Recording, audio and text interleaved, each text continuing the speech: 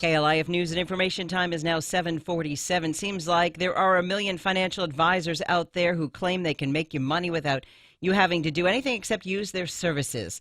So the big question is, how do you know if you're using the right one, and how can you find out about those hidden fees? Steve Scanlon is a financial strategist and developer of Dallas-based GuardVest, which is a free financial measurement tool that actually helps you figure out whether your financial advisor is doing you any good. Good morning, Steve. Good morning. How are you? Good. Boy, a lot of us wonder all the time if we're having someone manage our money, if we're actually getting a good deal or not. As you should. There's a lot of them out there for sure. So what does your tool do to help us figure that out? Well, basically what we looked at years ago was, what do you do if you're a busy person and you've hired somebody to take care of this precious nest egg of yours? How do you actually ever evaluate their advice? If you look at the amount of stuff that you get from financial advisory firms, you get confirms on trades and your quarterly review is 300 pages. And how do you actually sift through all that? And who's out there as an advocate for somebody that's a busy investor that doesn't have the time to sift through all that stuff? And that's why we built GuardVest, which was essentially to say, in 1 minute, we will compare your portfolio versus simple indexes, and we'll tell you how much you're paying, what your risk is, and how your returns stack up to something that's much expensive. When we're not trying to manage your money, we're not trying to send you to certain financial advisors. We just simply look at it and say, here's where you are, here's your fees, here's your risk, and here's your returns. And that way the investor now becomes informed and they can make a better decision without being sold something by our firm. You're a financial strategist, and that differs. Yeah, I don't know that I think what we consider ourselves is investor advocates. Okay. Right? My partner and I, Audie Apple, we've both been in the business for over 20 years. We're both executives in New York on Wall Street for some of the biggest money management firms in the world, and we saw a need for this. So we're not economists, and we're not giving advice.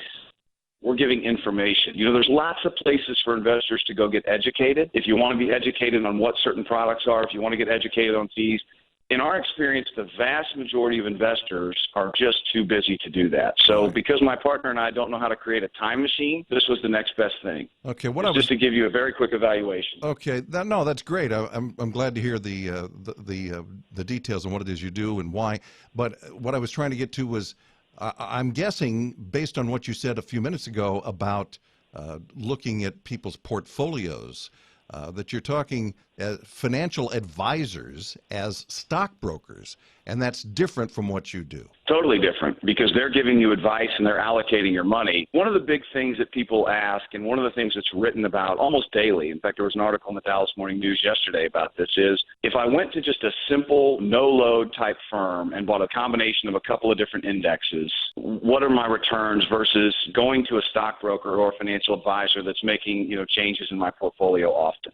Where am I better off? And the challenge has been is that the investor actually doesn't know how to compare their portfolio versus that. And that's ultimately what our company does, is if you just bought a simple index versus your portfolio, how are you doing? So the simple index would cost you 0.1% of 1%, and maybe you're paying 2% to your financial advisor. And by the way, that might be money well spent, because maybe your financial advisor is making you a lot more money than that index has. But you need to know that information. You need to know that information now more than you ever have, in my opinion, the last 30 years. It's that important right now to know. So what are the signs of a good financial advisor, and what are the signs of someone who you should, run away from quickly? I think the signs of a good financial advisor is somebody that answers the questions that you don't actually know how to ask correctly. And I'll give you an example. 90% of investors ask the question of their advisor about fees the same way. And what they say to them is, what am I paying you? So I sit down with my financial advisor and I say, tell me what I'm paying you to manage my money. And the advisor answers the question accurately, I might add, by what they're actually taking. So I can say, well, you're paying me 1%. But that's not really the question that you're asking. What you want to know is, what am I paying in total fees to have you manage my money? Right. And that's a very, very different answer. I was about to ask you that question, because I had been told, and I want to know if this is true, that when you deal with a stockbroker, or as we're calling them now, financial advisor, that person and that company gets a cut of every transaction, whether it's a sale or a purchase. and that would make you think that maybe they're going to keep moving you around just so that they get another commission. That certainly can happen. That's not as relevant or as prevalent as it has been in the past years. That those fees have actually come down, the transaction fees. Very few people, candidly, anymore are buying and selling individual stocks. That advice is really the minority now in terms of the number of financial advisors. Most people put you in funds or in managed accounts or put you in some sort of product that's got lots of different stocks in it. But there are lots of transaction fees that you don't see. There's things called 12b-1 fees. But the biggest thing and the most obvious one, I think, is you might pay me 1%, and then I take that money and I invest it in all these different mutual funds or all these different products, and each one of those managers is also charging 1%. So I will tell you this with virtually everybody that I've run through our system, right? And our system is going to launch officially in about 3.5 weeks. Everybody I've run through initially, so think about it as family and friends, are paying more than double what they thought. So they thought they were paying 1 and they were paying 2.5.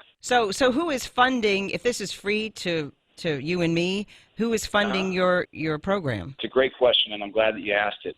How do you find a financial advisor? And that was another thing that frustrated us, because if you are, again, just an individual that's out there, working hard and trying to figure out how you're going to save this money, every financial advisor, in my view, looks the same, sounds the same, and has the same presentation, right? It's all about integrated, holistic asset allocation, blah, blah, blah. And it's it's indistinguishable who's good or bad. And what people end up doing with a financial advisor is just going with their gut. I interviewed 3, and this person seemed to connect with me and my spouse a little bit better, so I'm going to go with him.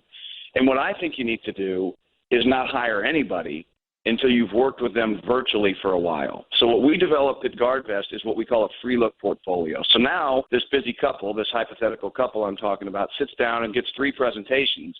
And what they say is, great, I'm interested in potentially working with you, but what I want you to do is I want you to build me the portfolio that you suggest for myself and my spouse, and I'm going to watch you for a while for free.